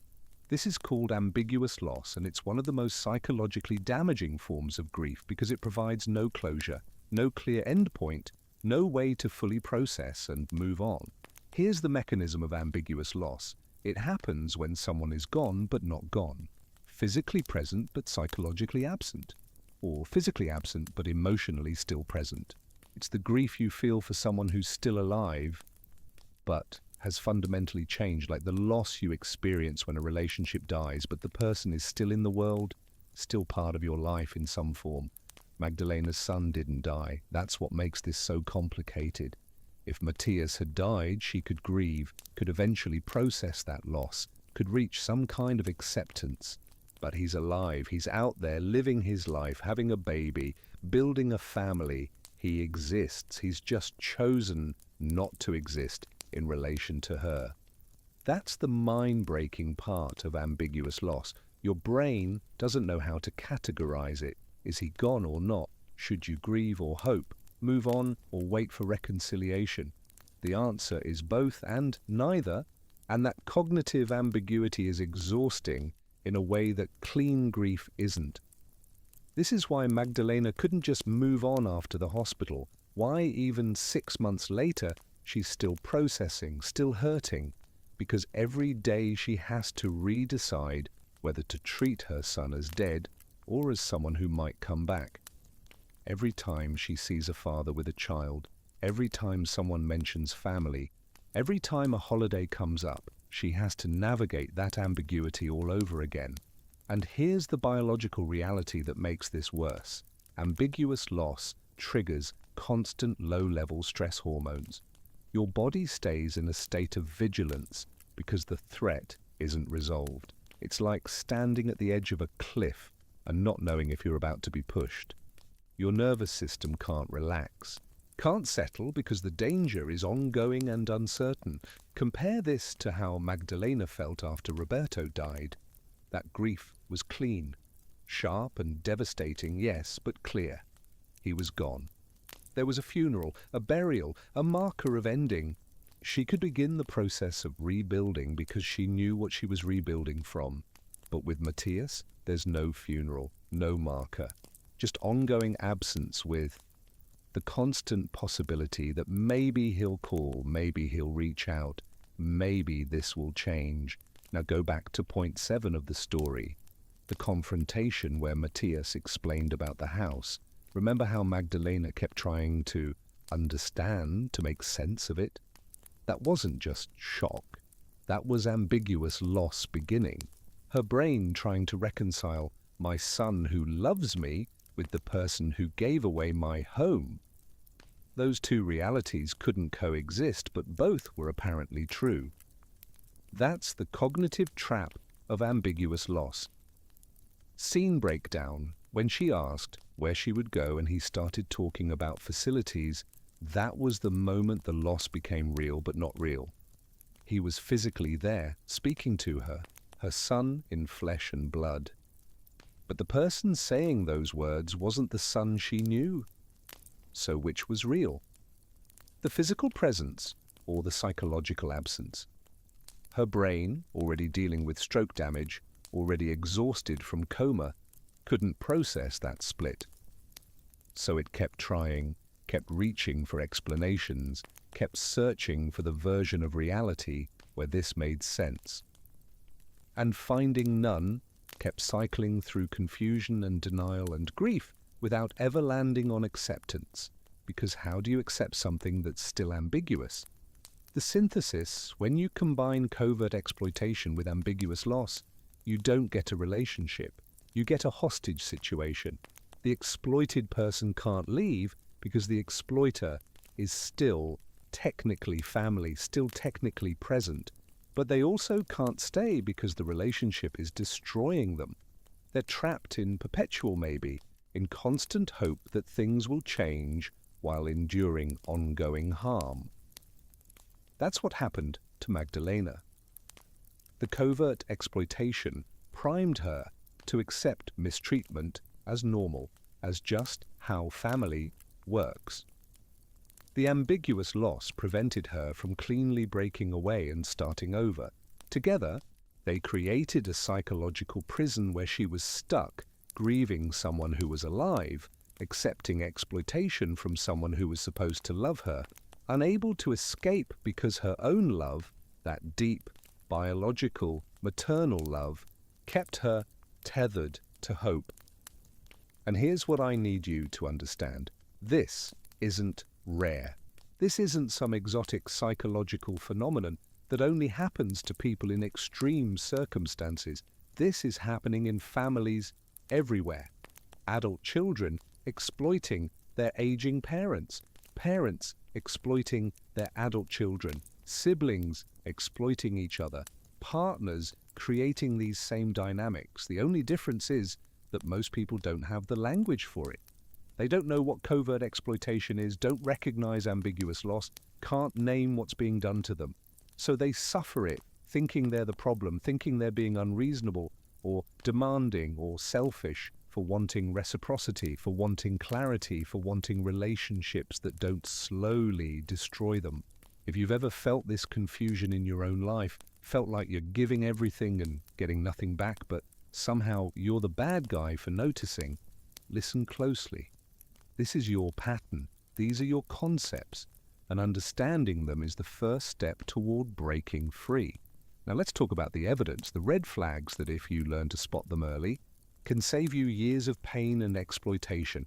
Because the thing about covert exploitation is that it doesn't start at maximum. It builds gradually, testing boundaries, seeing what it can get away with, incrementally increasing the ask, until you're so deep in the pattern you can't see it anymore. So let me give you 5 flags, 5 warning signs that you're dealing with someone who's going to exploit your love and then abandon you when you need them. And I'm going to show you exactly where each one appeared in Magdalena's story, so you can see how they work in real time. Flag 1. The subtle beginning. Love bombing through dependency. This is a behavior that looks romantic or familial or caring at first, but isn't. It's actually the setup for future exploitation. In romantic relationships, we call this love bombing. In family relationships, it looks like excessive dependency packaged as closeness. Go back to the beginning of the story. After Roberto died, Matthias became the center of Magdalena's world. Everything she did was for him. Every choice was about his future. On the surface, that looked like good parenting, like a widow keeping her promise to her dead husband. But look closer at what it created. A dynamic where Matthias's needs were the only needs that mattered, where Magdalena's entire identity was wrapped up in serving him. The reveal. This wasn't just Magdalena's choice. Matthias encouraged it. He didn't, as he got older, say, "Mum, you should have your own life too." He didn't question why his mother worked 3 jobs. He didn't push back against being the center of her universe. He accepted it as his due, let himself be positioned as the most important person in her life, benefited from her sacrifice without ever suggesting it was too much. That's the flag. When someone accepts extraordinary sacrifice as normal, when they don't reciprocate or even acknowledge the disproportion, when they let you structure your entire life around them without pushing back, they're setting up future exploitation because they've learned that your needs don't matter, that they're entitled to your resources, that taking without giving is acceptable in this relationship. The test. Healthy relationships have friction around disproportion. If you're giving way more than you're getting, the other person should notice and either give more or insist you give less. They should feel uncomfortable with imbalance. If they don't, if they just accept it with no discomfort, that's your flag. They're learning that this dynamic works for them, and they'll maintain it as long as you allow it. Action. If you see this, pause and ask, does this person ever suggest I do less for them? Do they notice when I sacrifice? Do they seem bothered by imbalance, or do they take it as their due? If the answer is that they simply accept whatever you give without reciprocity or discomfort, you're looking at a future exploiter. Flag 2. The boundary violation, colonization of your space. This is specific and easy to spot once you know what you're looking for. It's when someone starts using your resources, your home, your money, your time, as their own without permission or compensation, and frames any objection as you being unreasonable. In the story, this happened when Matthias moved back in after Roberto died and started renting out Magdalena's rooms. He didn't ask, didn't discuss, didn't offer to share the income he was generating from her property. He just did it, using her exhaustion and absence as cover, banking on the fact that she wouldn't notice or wouldn't object. But here's the key: when someone does this, it's not an accident. It's a test. They're checking whether you'll enforce boundaries, whether you'll notice when your space is violated, whether you'll push back. And if you don't, if you're too tired or too trusting or too loving to object, they learn that your boundaries are negotiable, that your property is communal, that they can take what they want without consequence. This is the best predictor of future behavior, because if someone will colonize your space when you're present, imagine what they'll do when you're vulnerable. If they'll exploit you when you could theoretically stop them, imagine what they'll do when you literally can't. In Magdalena's case, the room renting was practice. It established that Matthias could use her house for his benefit without her permission. So when she was in a coma, when she was maximally vulnerable, giving that house away didn't feel like a violation to him. It felt like a natural extension of an already established pattern. Her resources were his resources to dispose of as he saw fit. The counter move. What should you say when someone does this to you? When you discover they've been using your space, your money, your resources without permission, you say, "This stops now. What you've been doing is theft, even if we're family. You will immediately stop. You will compensate me for what you've taken, and if it happens again, I will treat you like any other thief." Yes, that's harsh. Yes, it'll create conflict, but here's the thing. The person who does this to you is counting on your desire to avoid conflict. They're betting that you'll swallow your objection to keep the peace. Don't. Because if you do, you're teaching them that they can violate your boundaries with impunity, and they will absolutely do it again, bigger and worse. Flag 3. The reality distortion, retroactive justification. This is when someone rewrites history to make their exploitation sound reasonable. They take the thing they did that was clearly wrong and build a narrative where actually it was justified, actually it was necessary, actually you would have agreed if you'd been capable of agreeing. Matthias did this masterfully in the hospital. He didn't just say, "I gave away your house," or he built a whole story around it. The doctors said you'd never wake up. I had to make practical decisions. Petra's parents needed a place. It was the best solution for everyone. He took his choice, a choice made for his convenience and his marriage, and reframed it as inevitable, as the only reasonable option, as something done for Magdalena's benefit as much as his own. This is gaslighting's quieter cousin.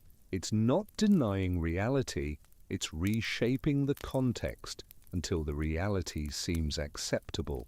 The facts stay the same, but the meaning changes, and suddenly what looked like betrayal starts to look like difficult but necessary pragmatism. The crazy factor: this flag makes the victim doubt their own sanity. because the person doing it is so reasonable, so calm, so rational in their explanations. They're not yelling or being obviously cruel. They're just explaining, and their explanation makes a certain kind of sense. It has a certain kind of logic to it. So you start to wonder, am I being unfair? Am I not seeing the full picture? Am I making this worse than it actually is? That's the trap.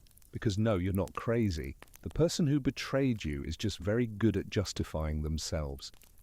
They've spent however long since the betrayal building this narrative, perfecting it, convincing themselves first, and now trying to convince you. And they're leveraging your love, your desire to think well of them, your hope that this can somehow be okay. Go back to that hospital scene. Notice how Matthias never apologized, never said, "I'm sorry, I made a mistake, I shouldn't have done this without your input." Instead, every sentence was a justification. every word was building the case for why he was actually right. That's the flag, the complete absence of accountability replaced by elaborate justification. The counter-move. When someone does this, you have to cut through the narrative and return to the bare facts. Don't engage with their justifications. Just repeat the basic truth. You gave away my house while I was in a coma. Nothing you're saying changes that fact. Your reasons don't make it okay. And keep bringing it back to what actually happened, not the story they've built around it. Will they accept that? No. They'll keep trying to make you understand their perspective, see their reasoning. Don't bother. Someone who's rewriting history to avoid accountability isn't interested in actual accountability. They're interested in feeling okay about what they did. Don't give them that comfort. Flag 4, the isolation through triangulation. This one's more subtle, but incredibly destructive. It's when the exploiter positions themselves between you and other sources of support, controlling the narrative, managing your relationships, ensuring that everyone hears their version of events before yours. Matthias did this by controlling access to the house, by being the one to communicate with doctors and social workers, while Magdalena was in the coma, by framing the situation to Petra's parents before Magdalena could speak for herself. By the time Magdalena woke up, the narrative was set. She was the tragic figure who couldn't care for herself, and Matthias was the dutiful son managing a difficult situation. This matters because it cuts off your avenues for help. If everyone already sees you through the exploiter's lens, if they've already heard the story that positions the exploiter as reasonable and you as problematic, you're fighting an uphill battle to be heard. You're not just dealing with the betrayal, you're dealing with everyone around you having already been persuaded that the betrayal was justified. And here's the sophisticated part. Matthias did this while Magdalena literally couldn't speak for herself. While she was in a coma, he established the narrative. By the time she could object, everyone already had their opinion formed. That's not an accident, that's strategic. The counter-move. If you see someone controlling the narrative about you, speak up immediately. Don't wait for the right time or worry about making them look bad. They're already making you look bad. And the longer you wait, the more entrenched their narrative becomes. Contact people directly, tell your version, refuse to let someone else define your reality to others.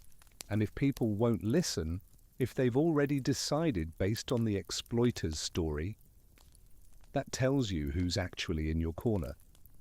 It's painful, but it's also useful information. The people who can't be bothered to hear your side aren't really your people anyway. Flag 5. The deadly escalation ghost presence. This is the final warning sign before complete abandonment. It's when someone is technically still in your life but functionally absent.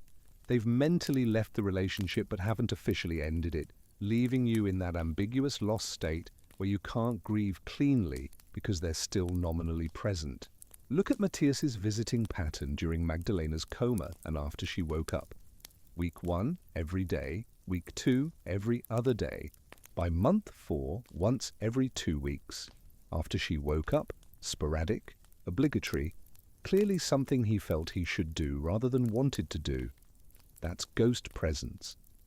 He was still her son on paper, still checked the box of maintaining relationship. But he was emotionally gone. Had been for a while. This is the point of no return. Once someone starts ghost presence behavior, the relationship is effectively over. They've made their decision, they're just being too cowardly to say it explicitly. They want to abandon you without being seen as the abandoner, so they slowly fade while maintaining plausible deniability. The point you need to catch it, the moment visiting becomes obligatory rather than desired. The moment someone starts making excuses about why they can't engage rather than finding ways to engage. The moment you feel like a burden in their life rather than a valued person. That's when you know they've already left, they're just leaving slowly enough to avoid looking like the bad guy. The final charge to the jury, you have the facts, you have the psychology, you have the evidence. You've seen the covert exploitation that primed Magdalena to accept mistreatment. You've seen the ambiguous loss that trapped her in perpetual grief. You've seen every red flag from the subtle beginning to the deadly escalation. Now you must decide, is this a tragedy of errors or a calculated manipulation? Did Matthias stumble into betrayal through weakness and bad influence, or did he systematically exploit his mother for years before finally abandoning her when she needed him most? I'm handing the gavel to you. Think about the woman who sacrificed everything and ended up with nothing. Think about the son who built his success on her sacrifice and gave her nothing in return. Think about the house, the coma, the hospital conversation, the complete absence of accountability or care. Think about what Matthias learned from Magdalena's parenting, whether she raised him to be selfish or whether that's just who he is, whether her sacrifices entitled her to care or whether love without expectation means accepting whatever you're given. Think about whether there are levels to wrong or whether wrong is absolute, whether Matthias's reasons matter or whether the impact of his actions is all that counts. And think about whether forgiveness is necessary or even possible here, whether Magdalena should make room for reconciliation or whether some betrayals are too deep to bridge. The verdict options are simple. Matthias was wrong, Magdalena was wrong, they were both wrong. Or this is too complicated for simple judgment, too messy for clean verdicts. I'm not telling you what to think, I'm giving you the tools to think clearly, the psychology to understand what happened beneath the surface, the red flags to recognize these patterns in your own life or in the lives of people you love. What you do with that information is up to you. Your verdict is yours. Your judgment is yours, and whatever you decide, you'll find others who agree and others who don't, because this story, like most real stories about family and love and betrayal, doesn't have a clean answer. But you have to decide anyway, because that's what we're here for, to look at the messy, complicated, painful realities of human relationships and decide what we believe is right and wrong, to draw lines even when the lines are blurry, to make judgments even when judgment is hard. So tell me, who was wrong? Was Magdalena's lifetime of sacrifice wasted on someone who didn't deserve it? Was Matthias a victim of circumstance trying to survive an impossible situation? Were they both doing their best in a world that makes it nearly impossible to balance filial duty with personal needs? You're the jury. This is your verdict. I am handing the gavel to you. Court is adjourned. See you in the comments.